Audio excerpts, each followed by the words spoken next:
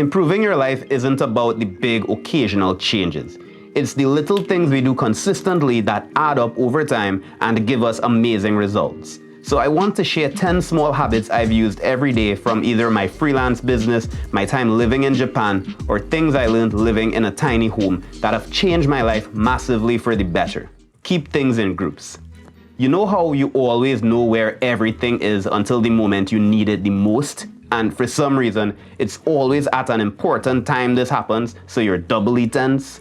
Well, I took an organizing habit from video editing and applied it to fix this. Video editors work with a lot of different files.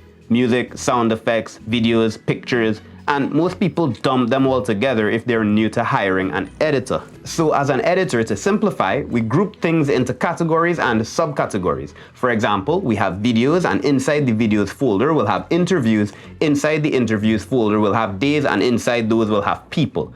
And grouping things into categories and subcategories like this makes it so much easier for you to find whatever you're looking for. And applying this same group organization structure to regular life makes things very simple and efficient. For example, at my desk, I keep all documents, and in the right drawer, I keep files related to money and bills.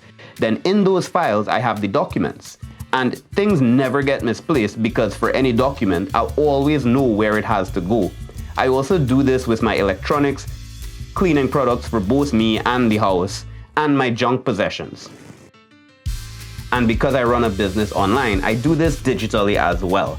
And everything having a structure just makes life so much simpler. Save things in calendars. We're so lucky to live in a time where we don't need to remember anything anymore. Who are you? Hopefully it's not that bad. But since I got into the habit of using a calendar, especially ones with features like linking documents, I haven't had many problems with being unprepared. If I'm talking to someone and they mention an important event, I'll pull up my calendar, and even if it's months out, I'll save it. And I don't have to think about it again because I'll get reminders for it closer to the time. And if it's something that requires a bunch of documents like doing taxes, or I have to gather lots of information, I just list all the things I'll need to do in a Google Doc and link it to the reminder. So when the notification comes in, I can just read what's on the Google Docs and I'm off to the races. I don't need to look for anything again. Choose your problem. Have you ever had those weeks where you get home from work and you have things you want to do, but it also has cleaning and childcare and all this other life stuff? And the amount of responsibility feels like a bottomless hole with no fun whatsoever? I had a lot of days like this as well until I came across this woman on YouTube that said to choose your problems. I really don't remember her name, otherwise I would have shouted her out, but the core of her message is this. You should choose what you're gonna have as a momentary problem when you get home from work. So if you have a young toddler you'd like to spend time with, a book you want to read, online learning to do, and a messy house, you can pick the things that are important to you and just accept the problems as part of your process. And I absolutely love the framing of this because it's much easier to walk past the dirty room that you've chosen to keep dirty than it is to walk past the dirty room that's only dirty because it's at the bottom of your priority list. Be selectively ignorant. I haven't watched the news willingly in about 10 years because I realized that it wasn't doing any good to me.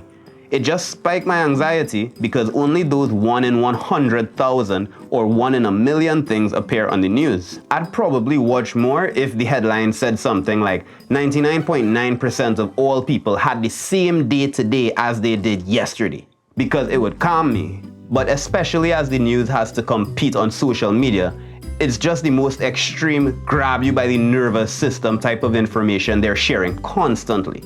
Strangely enough though, I don't feel as if I'm missing out on anything because the biggest and most important news is usually spread all over social media, or a friend will contact me and tell me about it if it's something urgent. But what does make a huge difference though is what you let into your life on a day-to-day basis. Stretch daily. I've been stretching consistently for about 14 years, minus the last 2 weeks or so.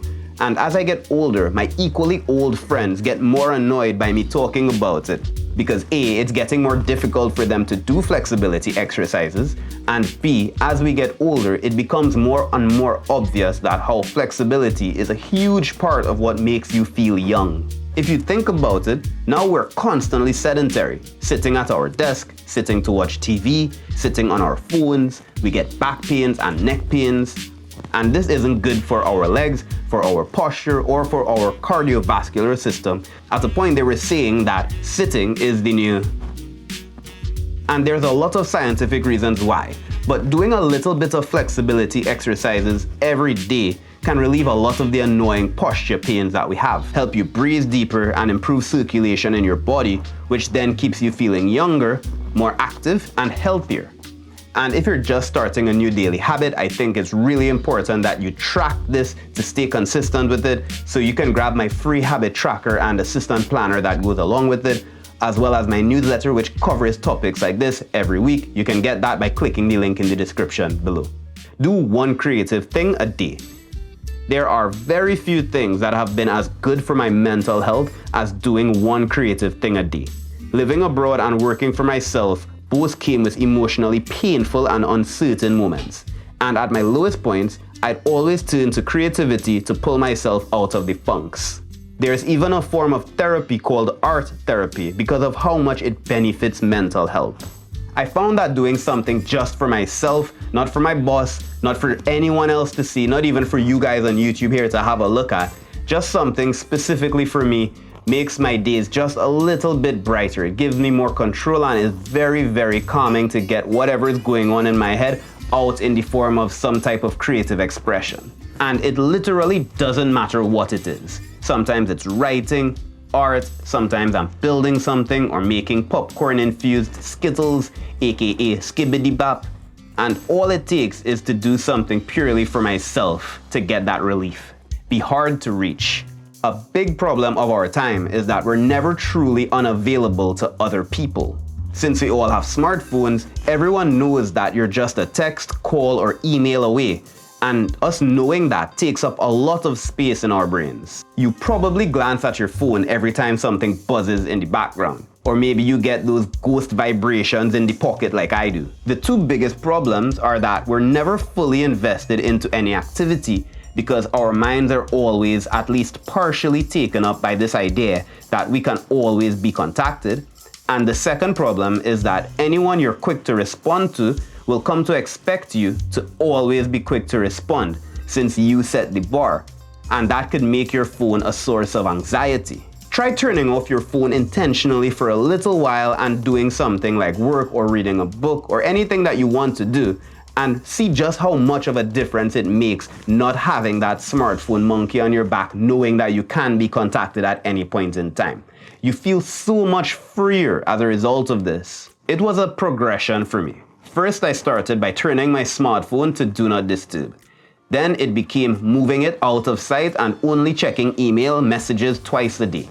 Gradually, it became me giving verbal announcements that I'm not answering any calls or leaving my work or what I'm doing between specific times. And the mental space it's freed up is just insane.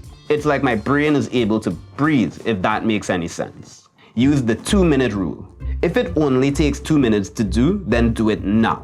This is something I learned from Matt Davella, and it's originally a productivity hack of his, but it also contributes to something called the Zeigarnik effect. This is the recall our brains do when we leave something unfinished. Like if you bought cake, then ate only a little and put the rest away, when you felt hungry again, you'd immediately think of the unfinished cake. While if it was completely done, it's unlikely you would have thought about cake at all.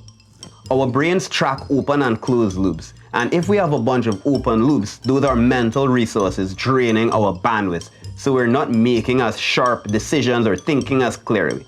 So especially if something only takes 2 minutes, it's easy to close that loop and give ourselves some mental clarity. Micro cleaning. I live in a micro apartment, so I can clean up my entire place really quickly. But even if your place is bigger, you can try micro cleaning for your rooms, especially if you're a busy person. Before going to bed or before I start working on an evening, I'll set my alarm for 10 minutes and just organize my area as quickly as I can. And you can accomplish a lot more than you think in 10 minutes. This practice is more about bringing order back to my space than it is about deep cleaning anything. But just this little 10-minute cleaning keeps things organized, gives me a little mental boost, and makes my space much more livable and easier to focus in. Plan your day the night before.